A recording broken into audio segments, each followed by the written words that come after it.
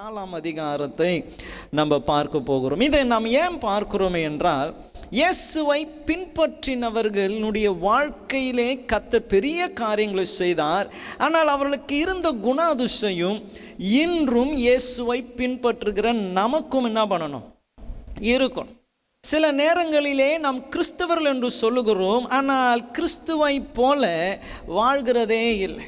உலகத்தில் இருக்கிறவர்கள் நம்ம பார்க்கும்பொழுது நம்மளுடைய வாழ்க்கை உலகத்தில் இருக்கிறவர்களை காட்டிலும் வேறு பெற்றதாக இருக்கும். அப்போது இயேசுவனுடைய சீஷர்களை பார்க்கும்பொழுது அவளுடைய வாழ்க்கை வேறுபெற்றதாக இருந்ததினாலே 2025 ஆண்டுகள் ஆன பிறகும் இந்த கிறிஸ்தவத்தை யாராலும் என்ன பண்ண முடியல, அழிக்கவே முடியல. ஆனால் கிறிஸ்தவம் வளர்ந்து கொண்டே வருகிறது. ஏன் வளர்ந்து கொண்டு வருகிறது என்றால் அதனுடைய போதனை அப்படிப்பட்டதாக இருக்கிறது.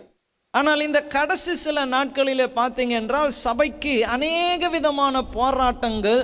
காரணம், கிறிஸ்தவர்கள் வாழ வேண்டிய வகையிலே என்ன பண்ணுறதில்லை, வாழ்கிறதே இல்லை. ஆனால் இன்று இந்த அப்போஸ்தலர் நடபடிகள் 4ஆம் அதிகாரத்தில் இருந்து சில காரியங்களை நான் சொல்ல விரும்புகிறேன். 2-3 வசனங்களை நான் வாசிக்கிறேன்.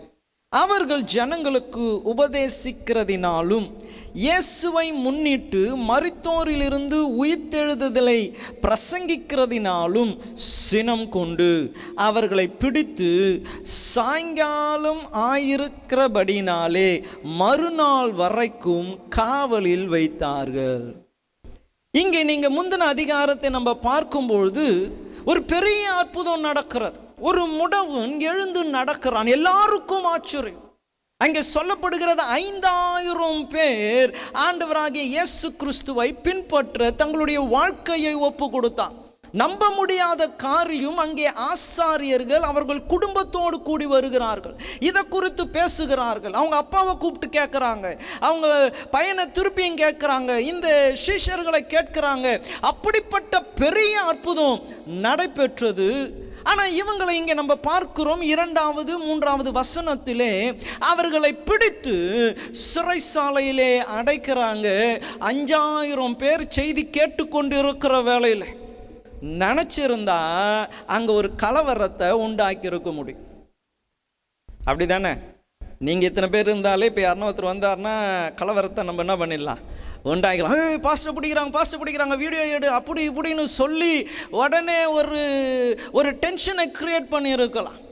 அங்கே சொற்ப சிலர் இந்த 2 பேரை கைது பண்ண வரும்பொழுது 5000 பேர் இந்த செய்தியை கேட்டு இயேசுக்கென்று தங்கள் வாழ்க்கையை ஒப்பு கொடுக்கிற வேளையிலே the first thing we see in apostle is they did not retaliate. அவங்க பண்ணுகிற காரியத்திற்கு எதிர்மறையா எதிர்த்து நின்று அவர்களோடு கூட அவங்க என்ன பண்ணல, போராடவே இல்லை. இந்த நாளிலே அவர்கள் பிடிக்கப்படும் பொழுது அவர்கள் தீமையானதை போதிக்கல. இந்த யூதர்களுக்கு விரோதமாக நீங்க சண்டை போடணும், இவங்க தான் இயேசுவை கொலை செய்தாங்க, அவர்களுக்கு விரோதமாய் அந்த ஆலயங்களுக்கு விரோதமாய் நம்ம செயல்படணும் என்று தவறானது ஒன்றும் சொல்லவில்லை.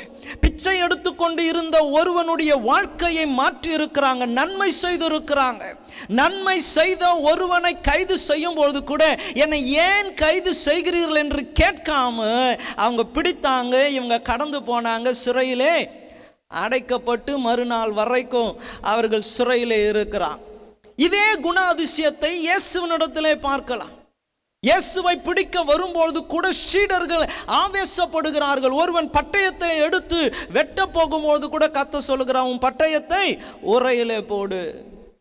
ஏன்னா Jesus showed them an example. Don't retaliate. நீங்க எதிர்மறையாய் நீ செயல்படக்கூடாது. அவர்கள் என்ன செய்கிறாங்களோ அதிலே உன்னுடைய குணத்தை நீ என்ன பண்ண வேண்டும், வெளிப்படுத்த வேண்டும் என்று சொல்லி. ஹல்லேலூயா. இன்னைக்கு ஒருத்தர் ஒரு சின்ன வார்த்தை பேசிட்டா உடனே அதுக்கு பதில் பேசினாதான் மனசுனாவது, அப்பா கேட்டுட்டேன், நான் ஃபேஸ் டு ஃபேஸ் கேட்டுட்டேன், அப்போதான் மனசுக்கு என்னது. ஆனால் இயேசுவினுடைய சீஷர்கள் கேட்கல. 5000 பேர் அவர்களுக்கு பின்னாடி நிற்கும்போது கேட்கல. அவர்களுக்கு அவ்வளோ பெரிய ஒரு சபை இருந்தும் அவங்க கேட்கல.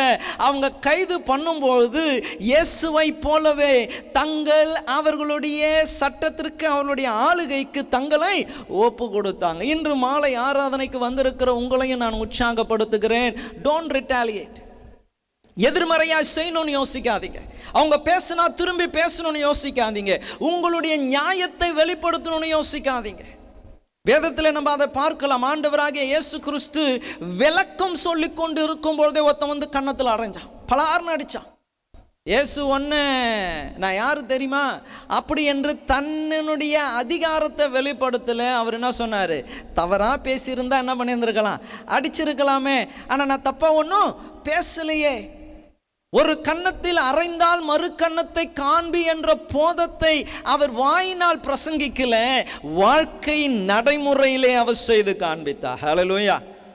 இன்னைக்கு இயேசுவை பின்பற்றுகிற நீங்க எப்படி இருக்கிறீங்க? இப்பெல்லாம் அப்பாவை கூட மதிக்கிறது இல்லை. பேசினா ஒன்றுன்னா தான் எதிர்த்து அப்படியே பேசுறது தான். இப்பெல்லாம் குடும்பங்களில் பார்த்தீங்கன்னா கணவன் மனைவி அப்படியே போடுற சண்டைங்கள்லாம் பார்த்தீங்கன்னா சர்ச்சில் எங்கள் காது வரைக்கும் கேட்குது. ஹல்லேலூயா. அதுவும் என் காது பார்த்தீங்கன்னா இருக்கிறதுலே கடைசி காது. எல்லாரும் பேசி முடித்து பிரச்சனையே முடிஞ்சிட்ட பிறகு தான் என் காதுக்கு வரும். ஆனால் என் காதில் இப்போ என்ன பண்ணிடுது, உடனே வந்தது அப்படியே. உடனே என்னது ஆவேசம், அதுக்கு பதில் சொல்லிடணும். நான் யார், எங்கள் அப்பா யார் தெரியுமா, எங்கேருந்து வந்திருக்கிறேன்னு தெரியுமா, எல்லாவற்றையும் வெளிப்படுத்தணும்னு நினைக்கிறாங்க. ஆனால் இயேசுவை பின்பற்றுகிறது உண்மையாக இருந்தா என்ன பண்ணாதீங்க, இப்போ வாய் தருங்க, அங்கே வாய் தருக்காதீங்க. என்ன பண்ணுங்க, திரும்பி ஆமாம் பேசக்கூடாது. நீங்கள் பேசாமல் இருக்கும்பொழுது ஒன்று நடக்கும். பழி வாங்குதல் கர்த்தருடையதாய் மாறும், யுத்தம் கர்த்தருடையதாக மாறும். நீங்கள் பேசிட்டீங்கன்னா, நீங்கள் செயல்பட்டுட்டீங்கன்னா, தேவன் செயல்படுகிற அல்லது செய்ய வேண்டும் என்று எண்ணினதை அவரை நீங்கள் என்ன பண்ணுறீங்க, நீங்கள் ஒன்றும் பண்ண வேண்டாம், நான் பார்த்துக்கிறேன், இது என் பிரச்சனை தான், நான் பேசிக்கிறேன் அப்படி என்று நீங்கள் அவரை சும்மா இருக்க சொல்லுற மாதிரி ஆகிடும். ஆனால் இங்கே பாருங்க, அவங்கள சிறைச்சாலையில் போட்டாங்க. இன்னொன்று அதில் இன்னொரு முக்கியமான காரியம் பாருங்க, ஃபேமஸான ஆளுங்க இவங்க. என்னது ஃபேமஸான ஆளுங்க. முதல் கூட்டத்தில் ஒரே செய்தியில் 3000 பேர் ரட்சிக்கப்பட்டாங்க, 3000 பேர் ஞானஸ்தானம் எடுத்தாங்க. அவர்கள் வீடுதோறும் கூடி வந்தாங்க. அவர்களுக்கு எல்லாம் பொதுவானதாக இருந்தது. சபையில் அவங்க பேதுரும் யோவானும் சீஷர்களும் அப்படியே தேவ ஆலயத்திற்குள்ளே வந்தாங்கன்னா திரளான ஜனங்க கூடி வருவாங்க. அவர் நடந்து போனால் கூட அவர் நிழல் பட்டு சுகமாக வேண்டும் என்று பல ஊரில் இருக்கிற ஜனங்களை கொண்டு வந்தாங்க. அவ்வளோ ஃபேமஸான ஆள். என்னென்னலாம் பண்ணியிருக்கலாம், ஒன்றுமே பண்ணல. ஆனால் ஒன்றுமே இல்லாமல் என்னென்னலாம் பண்ணுறீங்க நீங்கள். ஹல்லேலூயா, ஹல்லேலூயா. இன்று வந்திருக்கிற உங்களை உற்சாகப்படுத்துகிறேன். அப்போ ஏதோ 11 நாளில் யாருன்னா பேசுனாங்கன்னா என்ன பண்ணுங்க, 11 நாளில் வாழ்நாள் ஃபுல்லாகவே தான். யாருன்னா பேசுனா என்ன பண்ணா, அப்பால போ சாத்தானே. நான் சொல்லியிருக்கிறேன், நிறைய முறை சொல்லியிருக்கிறேன், திருப்பியும் சொல்கிறேன். நம்ம பைக்கில் ஒரு பிரதர் கிளிவளவனோடு கூட போயின்னு இருக்கிறேன். கேட்டிங்களா? அது நான் வந்துச்சா, அப்படியே பைக்கை ஓரமாக எடுத்துன்னு போனார். சரியான குழா சண்டை, சரியான சண்டை. அவர் போயிட்ட பிறகு கேட்குறாரு, பார்த்தீங்களா பார்த்தீங்களான்னாரு. நம்ம கவனிக்கவே இல்லை, அவர் ஏன் ஓரமாக போகிறாருன்னு. குழா சண்டை. அவர் சொல்கிறார், பார்த்தீங்களா நம்ம சிஸ்டர் தான் சண்டை போட்டுனுக்குறாங்க அப்படின்னாரு. நம்ம சிஸ்டர் தான் சண்டை போட. அவங்க சர்ச்சில் நீங்கள் பார்க்கணும், அங்கே பார்த்தோம். ஆனால் சர்ச்சில் பார்த்தீங்கன்னா ஒயிட் அண்ட் ஒயிட்டில் தான் இருப்பாங்க. யார் ஒயிட் அண்ட் ஒயிட்டில் வராங்கன்னு யோசிக்காதீங்க, இது வந்து ரொம்ப வருஷம் ஆயிடுச்சு. ஆனால் என்னென்னா ஒயிட் அண்ட் ஒயிட்டில் தான் இருப்பாங்க. சர்ச்சில் பார்த்தா சூப்பராக இருப்பாங்க, ஆனால் குழாவில் பார்த்தா. ஆனால் இயேசுவை பின்பற்றுகிறவர்கள் என்ன பண்ணணும், ரிட்டாலியேட் பண்ணக்கூடாது. அதை எதிர்த்தோ எதுவும் பேசாதபடி இங்கே அப்போஸ்தலருடைய வாழ்க்கையிலே நாம் பார்க்கிற காரியம். இரண்டாவதாக, நம்மளுடைய வாழ்க்கையில நடந்த அற்புதம் நம்மளுடைய வார்த்தைகளை காட்டிலும் அதிகமாய் பேசக்கூடியதாக இருக்கிறது. 6-7 வசனங்களை நான் வாசிக்கிறேன். அதே அதிகாரத்திலே பிரதான ஆசாரியனாகிய அன்னாவும் காய்பாவும் யோவானும் அலெக்சாந்தரும் பிரதான ஆசாரியருடைய குடும்பத்தார் யாவரும் எருசலேமிலே கூடி அவர்களை நடுவிலே நிறுத்தி, நீங்கள் எந்த வல்லமையினாலே எந்த நாமத்தினாலே இதை செய்தீர்கள் என்றான். 14ஆம் வசனத்தை கூட நான் வாசிக்கிறேன். 14:14 அங்கே சொல்லப்படுகிற, சொஸ்தமாக்கப்பட்ட மனுஷன் அவர்கள் அருகே நிற்கிறதை கண்டதினால் எதிர்த்து பேச அவர்களுக்கு இடமில்லாமல் இருந்தது. நம்ம பேச வேண்டிய அநேக காரியம் நம்மளுடைய வாழ்க்கையிலே நடந்த அற்புதத்தினாலே பேச முடியும். சில நேரங்களிலே பாருங்க, ஒரு நல்ல ஒருத்தர் சொன்னார், இயேசுவை கிறிஸ்தவங்களை பார்த்தீங்கன்னா இயேசுவை பாதுகாக்க ப்ரொடெக்ட் பண்ண கிறிஸ்தவங்க ஒன்றுமே செய்ய மாட்டான். பார்த்துருக்கீங்களா? சிலுவையை உடைப்பாங்க, சர்ச்சை உடைப்பாங்க, பாஸ்ட் அடிப்பாங்க, ஜெயிலில் போடுவாங்க. நம்ம கிறிஸ்துவத்தை அல்லது இயேசுவை காப்பாற்றணுன்ற அவசியம் இல்லவே இல்லை. ஆனால் இப்போ நிறைய ஐக்கியங்களெல்லாம் சேர்த்துன்னு வராங்க இயேசுவை காப்பாற்றுறதுக்கு. எப்படி காப்பாற்ற போகிறாங்களோ தெரில, எங்கே போய் கேஸ் போட போகிறாங்கன்னு தெரில. ஆனால் இயேசுவை காப்பாற்றுறதுக்கு நிறைய ஆர்கனைசேஷன் இப்போ உண்டாயிருக்கு. ஆனால் இயேசு கடவுளாக இருந்தால் இயேசுவை காப்பாற்ற வேண்டிய அவசியம் இல்லை. இயேசு தன்னை காப்பாற்றி கொள்ள அவராலே ஆகும். இங்கே இவர்கள் எல்லாம் கூடி இவர்களை குற்றப்படுத்தணும்னு நினைக்கிறாங்க. 14ஆம் வசனம் சொல்லுகிறது, அவர்களுக்கு என்ன இல்லையா, இடமே இல்லை. ஏன்னா அவங்க ஒரு அற்புதத்தை பார்த்துருக்கிறான், நம்ப முடியாத ஒரு காரியத்தை பார்த்துருக்காங்க. இவன் இப்படி இல்லையே, முன்னாடி இவனுடைய வாழ்க்கை இப்படி இல்லையே, இவன் தரித்திர நிலைமையில இருந்தானே, வாசலுக்கு வெளியில உட்கார்ந்து கொண்டு இருந்தானே, இவனுடைய வாழ்க்கை இப்படி இல்லையே, ஆனா இவன் இப்படி இருக்கிறானே என்று பார்க்கும்பொழுது அநேகருடைய வாய்கள் அடைக்கப்படும். ஹல்லேலூயா, ஹல்லேலூயா. இன்னைக்கு பார்த்தாலே எரிச்சல் வருது நிறைய பேருக்கு. உண்மைதான். ஏன்னா நம்ம அந்த முன்னாடி வசனத்தில் 2ஆம் வசனத்திலே வாசிக்கிறோம் பாருங்க. அங்கே சொல்லப்படுகிறது, என்ன சொல்லப்படுகிறது, அவர்கள் சினம் கொண்டு, என்னடா எல்லா ஜனமும் இவன் பின்னாடி போகிறாங்களேன்னு சினம் கொண்டாங்க, கோபம் வந்துடுச்சு, பிடிச்சிட்டாங்க. ஆனால் அவர்களால் ஒன்றுமே இவங்களை செய்ய முடியல. ஏன்னா அவங்களுடைய வாழ்க்கை, அந்த அற்புதம் ஒரு பெரிய மாற்றத்தை அவர்களுக்குள்ளே கொண்டு வந்தது. அவர்களுக்கு இடமே இல்லை பேசுறதுக்கு. இன்று நான் உங்களை உற்சாகப்படுத்துகிறேன். அற்புதம் என்று சொல்லும்போது ஒரு முடவன் எழுந்து நடக்கிறது அற்புதம் இல்லை, நீங்கள் பெற்றிருக்கிற ரட்சிப்பே ஒரு அற்புதம். இதுக்கு நீங்கள் என்ன சொல்லியிருந்துருக்கணும்? அது கூட ஐயா சொல்கிற மாதிரியே சொல்ல வைக்கிறீங்க என்ன. நீங்கள் பெற்றிருக்கிற ரட்சிப்பே ஒரு அற்புதம். யார் யோசிச்சா சொன்னது போல இன்னைக்கு நானும் பெரம்பூரில் ஏதாச்சும் கோயிலில் என்ன பண்ணியிருந்துருக்கணும், மணியை அடிச்சுன்னு இருந்திருக்கணும். ஆனால் தேவன் என்னை எங்கே கொண்டு வந்து நிறுத்தி இருக்கிறார் பாருங்க. நான் சொல்லியிருக்கிறேன், என் சாட்சி உங்களுக்கு தெரிஞ்சது தான். இப்படி பேசக்கூடிய திறமை எனக்கு இல்லவே இல்லை.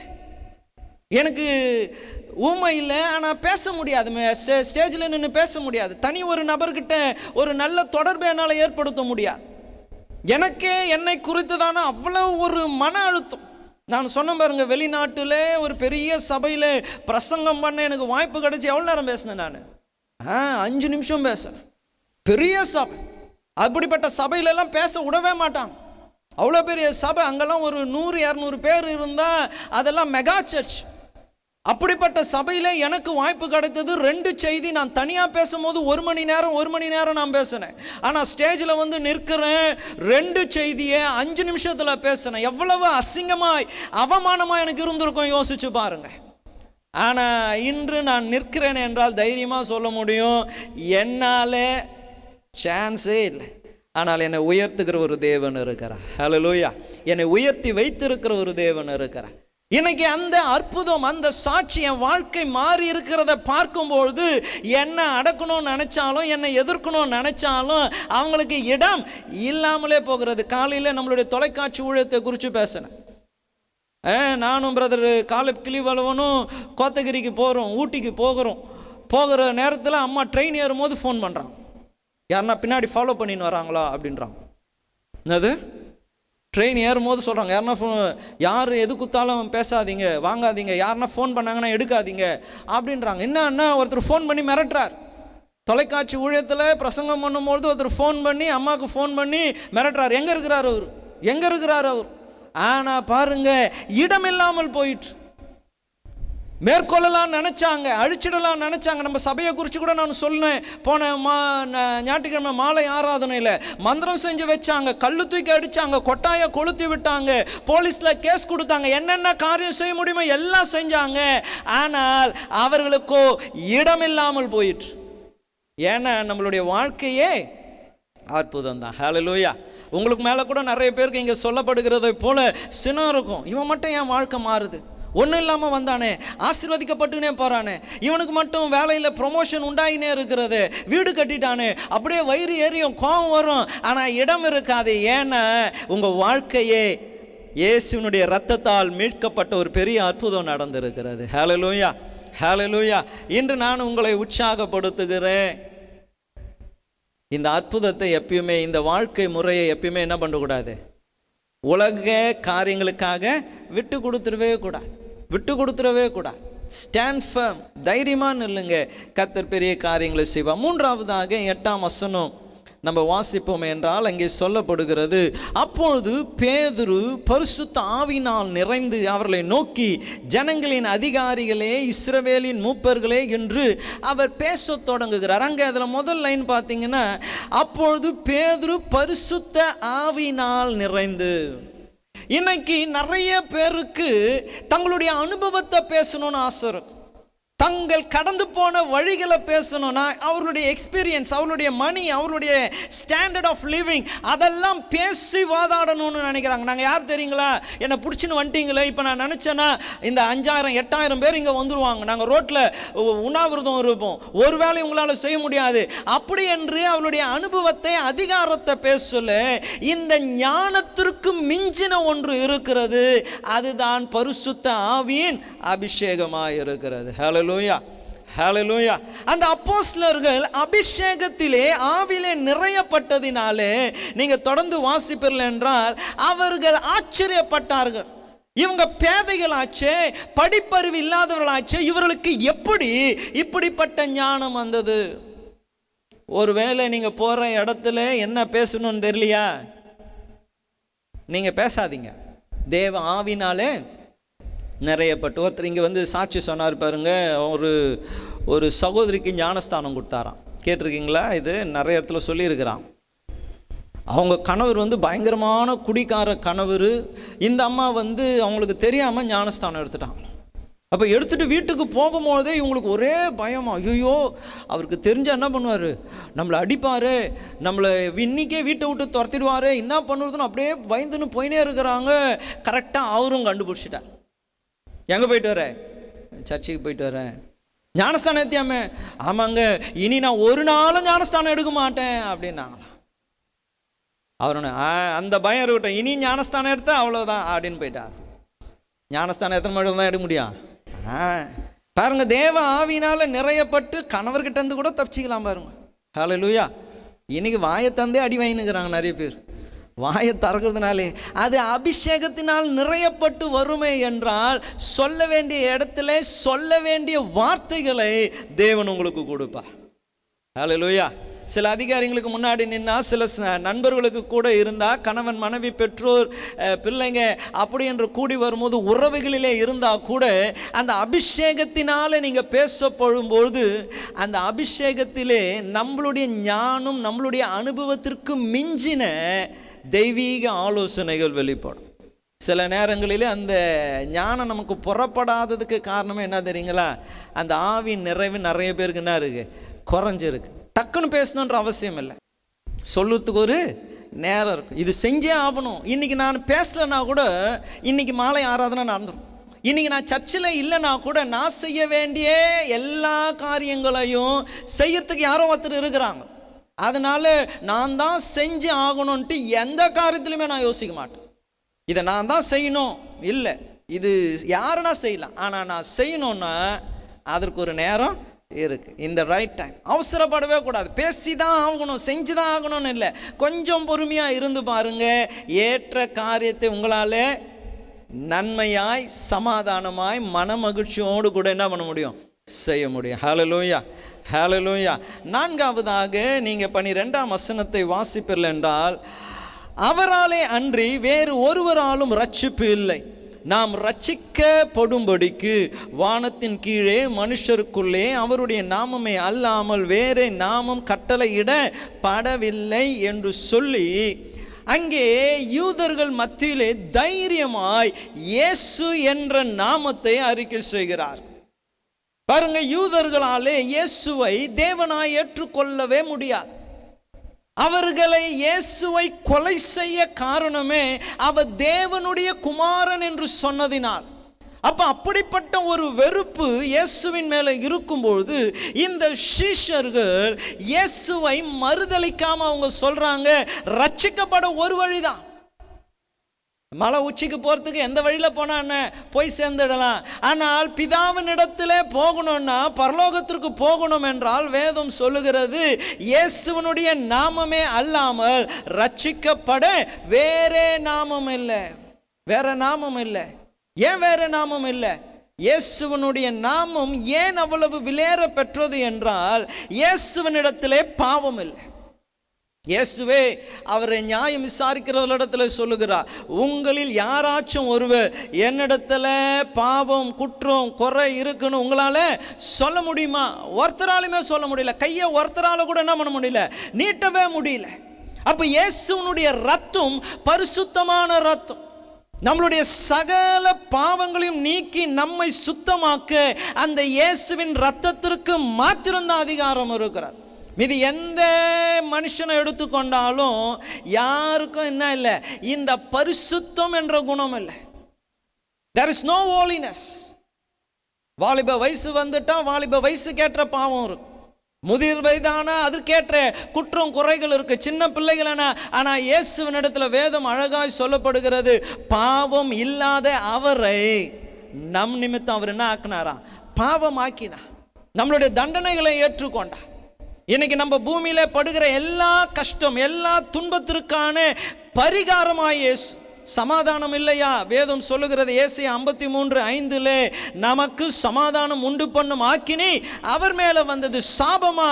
சாபத்தை மாற்ற மரத்திலே அவர் தொங்கப்பட்டா. வியாதியா? அவருடைய தழும்புகளால் குணமானோ.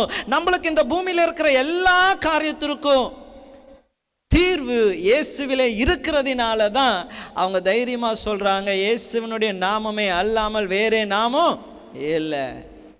இன்னைக்கு வந்திருக்கிறவங்களை எல்லாரையும் நான் உற்சாகப்படுத்துகிறேன், எங்கேயும் இயேசுவை என்ன பண்ணக்கூடாது, விட்டுடவே கூடாது, விட்டுடவே கூடாது. சில நேரங்களிலே சில வேலை வாய்ப்புக்கு என்ன பண்ணிடுறாங்க, பேரை மாற்றி வச்சுக்கிறாங்க. சில நேரங்களிலே சில காரியங்கள் நடைபெற தங்களுடைய குணங்களை மாற்றிக்கொள்றாங்க, இயேசுவை விட்டுடுறாங்க. பார்க்கறதுக்கு இது வரைக்கும் கிறிஸ்தவங்க தான்.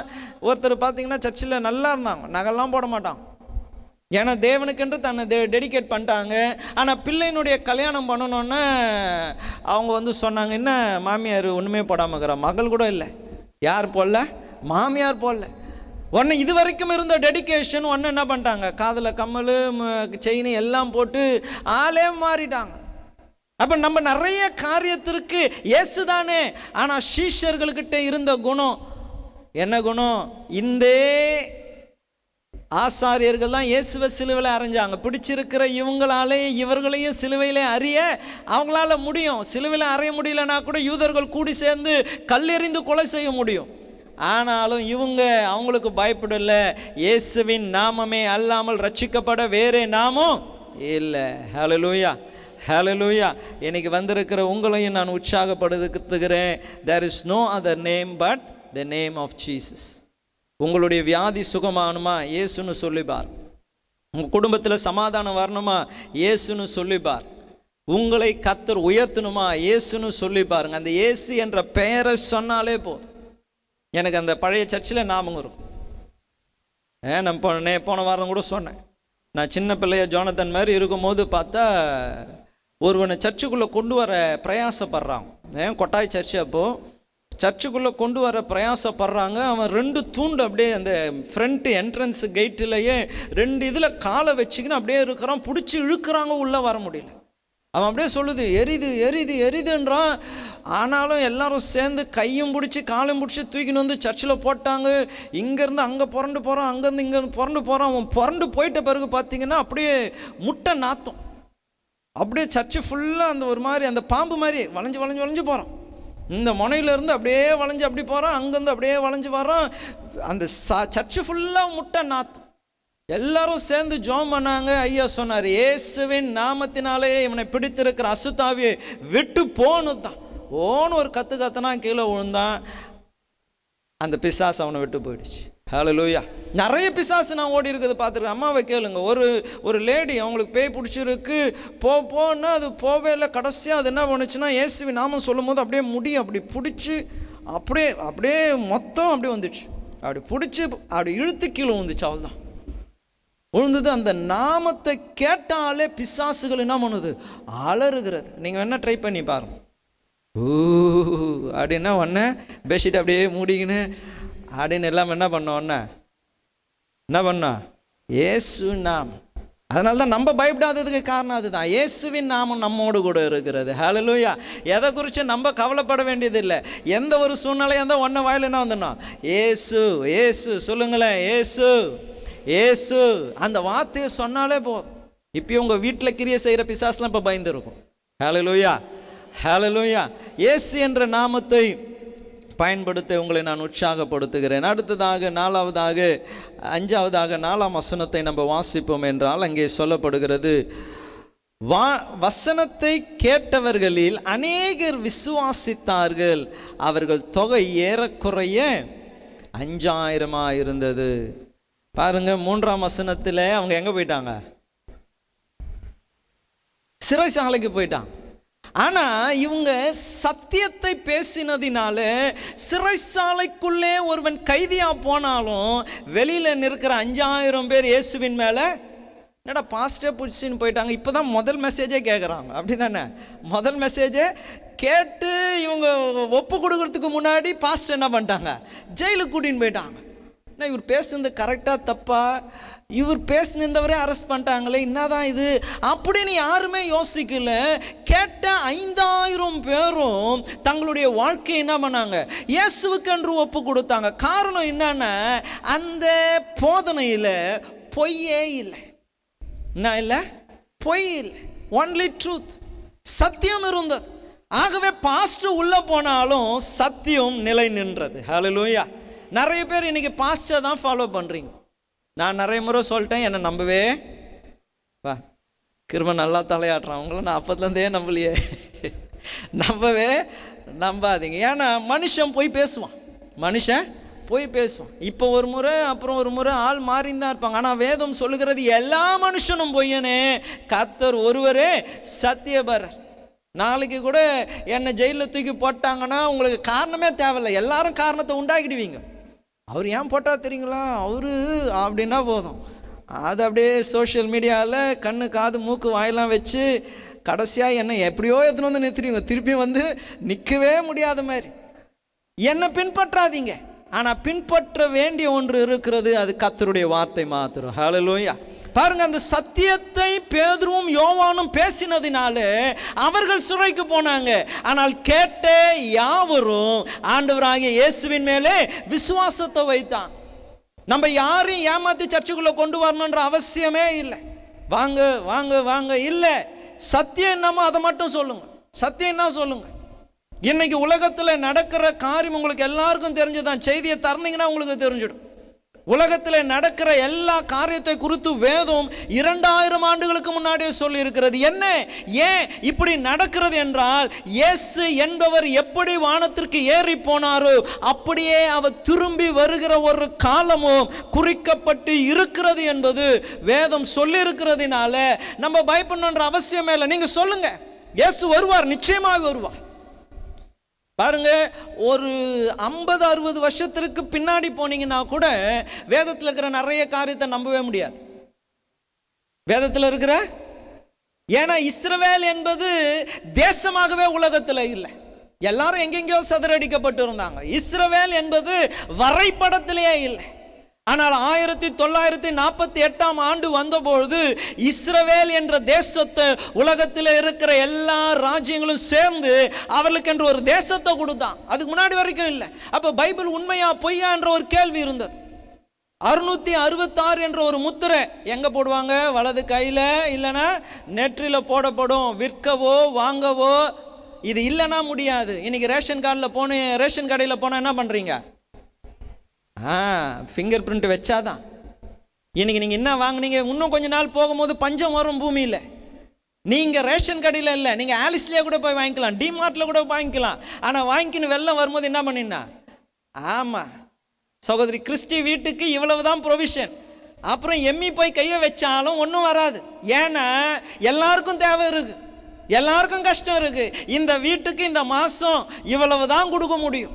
அப்போ நீ விற்கணும்னாலும் வாங்கணும்னாலும் எது செய்யணும்னாலும் இந்த முத்திரை இல்லாமல் நடைபெறாது. அது 50 வருஷத்துக்கு முன்னாடி கேள்விக்குறி. ஆனால் இப்போ பார்த்தீங்கன்னா பெரிய பெரிய அரசியல்வாதிங்க, ஐஸ்வர்யவான்கள் எல்லாரும் என்ன பண்ணுறாங்க, முத்திரையை போட்டு வச்சிருக்கிறாங்க. கடத்தினா உடனே கண்டுபிடிச்சிடலாம் எங்கே இருக்கிறாங்க என்று. எல்லா டைம் அலர்ட்டில் இருக்காங்க. இப்போ பெங்களூர்லேயே இதுவே ஒரு 5 வருஷத்துக்கு முன்னாடி ஆயிடுச்சு. பெங்களூர்லேயே சொன்னாங்க பாருங்கள், எல்லா நாய்க்கும் அந்த சிப்பு என்ன பண்ணியிருக்கிறாங்க, கழுத்தில் போட்டு இருக்கிறான். பாஸ்போர்ட்டை போல் எங்கன்னா ரோட்டில் ஓடினா கூட கிக்கின்னா இது யாருடையது, என்ன வயசு, எல்லாமே அந்த நாயை குறித்த டீட்டெயில் கண்டுபிடிச்சிடலாம். அப்போ ஒரு நாள் இது இல்லை, ஆனால் இப்போ இருக்குது. ஏன் இருக்குன்னா வேதம் பொய் சொல்லாது என்பதை அது நிரூபித்து இருக்கிறது. ஹல்லேலூயா, ஹல்லேலூயா. நாங்கள் போய் பேசுவோம், ஆனால் யார் போய் பேச மாட்டா. அதனால தான் அடிக்கடி சொல்லுறது, பாஸ்டருங்க சொல்லுறது எல்லாம் நம்பக்கூடாது. ஆமாம், உங்கள் கையில் பைபிள் இருக்கா? பைபிளை வாசிக்கணும், பைபிளை வாசிக்கணும். இன்றைக்கி பார்த்தீங்கன்னா நூதன ப்ரீச்சர்ஸ்ன்றாங்க பார்த்தீங்கன்னா, என்ன நூதன பிரசங்கியார்கள். அதாவது காதுக்கு இனிமையாக பேசுவாங்களாம். அப்படியே காது என்ன பண்ணுவான், அப்படியே நமிக்குமா. இவர் சூப்பராக பேசுகிறாரு, சிரிச்சு பேசுகிறாரு, ஜோக்கடிச்சு பேசுகிறாரு, அப்படி இப்படின்ட்டு அப்படியே ஆசையாக இருக்கும் கேட்குறதுக்கு. உடனே தலையை சாமிச்சு அங்கே போயிட்டு நின்று இருக்கக்கூடாது. அவர் சொன்னது சரியா என்று வேதத்தை ஆராய்ந்து பார்க்கணும். ஓனாய் தோல், ஆட்டுத்தோலை போற்றின ஓநாய்க்கள். அப்போ இந்த நாட்கள் நான் உங்களை உற்சாகப்படுத்துகிறேன். 5வது, அவங்க குணத்தில் இருந்த ஒன்று, அவங்க சத்தியத்தை பேசிட்டாங்க. என்ன பேசிட்டாங்க? சத்தியத்தை பேசிட்டாங்க. அவங்க போனாலும் கவலை இல்லை, அந்த சத்தியம் நிலை நின்றது, அந்த சத்தியம் அவர்களை ரட்சித்தது. ஹல்லேலூயா. 6வதாக 23, 24 வசனம், அதே அதிகாரத்தில் 23, 24 வசனத்தை நான் வாசிக்கிறேன். அவர்கள் விடுதலை ஆக்கப்பட்ட பின்பு தங்களை சேர்ந்தவர்களிடத்திலே வந்து பிரதான ஆசாரியர்கள் மூப்பர்களும் தங்களுக்கு சொன்ன யாவையும் அறிவித்து, அவர்கள் அதை கேட்டு ஒருமனப்பட்டு தேவனை நோக்கி சத்தமிட்டு, கர்த்தாவே, நீர் வானத்தையும் பூமியும் சமுத்திரத்தையும் அவைகளில் உள்ள யாவற்றையும் உண்டாக்கின தேவனாயிருக்கிறீர் என்று சொல்லி. 6வதாக நான் சொல்ல விரும்புகிற காரியம், ஆல்வேஸ் கம் டு த பேசிக். எந்த பிரச்சனை, எந்த கஷ்டம், எந்த தொல்லைகள் வந்தாலும் திரும்பி எங்கே நீங்கள் கட்டப்பட்டீங்களோ அந்த இடத்துக்கு திரும்பி வாங்க. தேவனை தேடுங்க, தேவனோடு கூட இருக்கிற தேவ ஜனங்களோடு கூட இணைந்து கொள்ளுங்க, ஜெபிங்க, தேவன் காரியங்களை மாற்றுவார். பாருங்க, பேதுரு யோவான் மட்டும்தான் சிறையில் போனாங்க. வெளியில் வந்துட்டு இவ்வளோ ஊழியம் செஞ்சு என்ன லாபம், 5000 பேர் வந்தாங்க. அப்படியே ஒருத்தன் பிறந்ததுலேருந்து நடக்காத மனுஷனை நான் நடக்க வச்சுட்டேன், இன்னும் லாபம், என்னை கூட்டின்னு போய் ஜெயிலில் வச்சுட்டாங்களே, அவன் என்ன கேள்வி கேட்குறான், ஊழியம் செஞ்சு என்ன லாபம்? அப்படி என்று அவர்கள் சொல்லலை. அவங்க என்ன செஞ்சாங்க என்றால், தேவ ஜனத்தினிடத்தில் போனாங்க, தேவனை தேடினாங்க, அவங்க ஜெபம் பண்ணாங்க. இன்றும் வந்திருக்கிற உங்களை உற்சாகப்படுத்துகிறேன், பிரச்சனை இல்லாத மனுஷன் ஒருவனும் இல்லை. பிரச்சனை வந்ததுமே மனம் சோர்ந்து போய் அப்படியே இஷ்டமாக போயிட்டு என்ன லாபம், சர்ச்சுக்கு வந்து கர்த்தரை தேடி என்ன லாபம். ஆனால் அப்போஸ்தலர்கள் பாருங்க, உயரமான இடங்களில் இருக்கிறாங்க, அநேகர் பின்பற்றுகிறவர்களாக இருக்கிறாங்க. ஆனால் சூழ்நிலை மாறின பொழுது கூட எங்கே வந்துட்டாங்க, திருப்பியும் சர்ச்சுக்கு வந்துட்டாங்க. அங்கே அழகாக சொல்லப்படுது பாருங்க, 23, அவர் விடுதலை ஆக்கப்பட்ட பின்பு தங்களை சேர்ந்தவர்களிடத்திலே. சர்ச்சை விட்டு எப்பயுமே என்ன பண்ணக்கூடாது. ஆமாம், இங்கே உங்களை நேசிக்கிறவங்க இருக்கிறான், இங்கே உங்களுக்காக ஜெபிக்கிறவங்க இருக்கிறான், உங்களுக்கு ஒன்று என்றால் பதறுகிறவங்க இருக்கிறான், உங்களுக்காக நல்ல ஆலோசனை சொல்லுகிறவங்க இருக்கிறான், உங்களோடு கூட எந்த இடத்திலும் வந்து நிற்கிறவங்க இருக்கிறான். இந்த நாளிலே உங்களை நான் உற்சாகப்படுத்த விரும்புகிற காரியம் அதுதான். ஐயா அடிக்கடி ஒரு சாட்சி சொல்வார். ஆரம்ப நாட்களில் ஒரு சகோதரர் நம்ம சர்ச்சில் இருந்தார், இப்போ அவங்க தனித்து போயிட்டாங்க. ஆனால் அவரை குறித்து சொல்லுவாங்க, அவர் இந்த திருட்டு பொருளை வாங்கிட்டாராம். திருட்டு பொருளை வாங்கினதுனால போலீஸ் இவரை பிடிச்சிச்சு. நீங்கள் எப்படி திருட்டு பொருளை வாங்குவீங்கன்ட்டு இவரை பிடிச்சி கொண்டு போனதுமே அவரை ஜாமீன் எடுக்க ஒரு ஆளும் இல்லை. ஐயா போய் போலீஸ் ஸ்டேஷனில் நின்று அவரை ஜாமீன் எடுத்தது தான். அந்த நாளில் இருந்து அவங்க தாயாருக்கு ஐயானா அப்படிப்பட்ட ஒரு மதிப்பு, அப்படி உயிர்.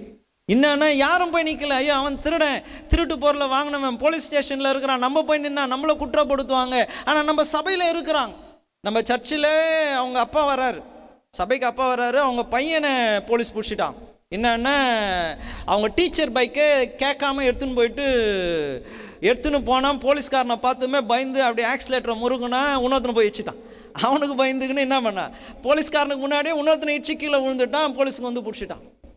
அப்போ இவர் உடனே ஃபோன் பண்ணார், ஐயா பிடிச்சிட்டாங்க, இவன் பின்னாடி சும்மா தான் உட்காந்துருந்தான் ஆனால் பிடிச்சிட்டாங்க, என்ன பண்ணுறதுன்னு தெரில, இவனை பிடிச்சிட்டாங்க, இவன் படிக்கிற பையன் ஐயா பிடிச்சிட்டாங்க, எதனா பண்ணுங்க ஐயா. உடனே நம்ம சர்ச்சில் இருக்கிற ஒரு லாயருக்கு நான் ஃபோன் பண்ணேன்.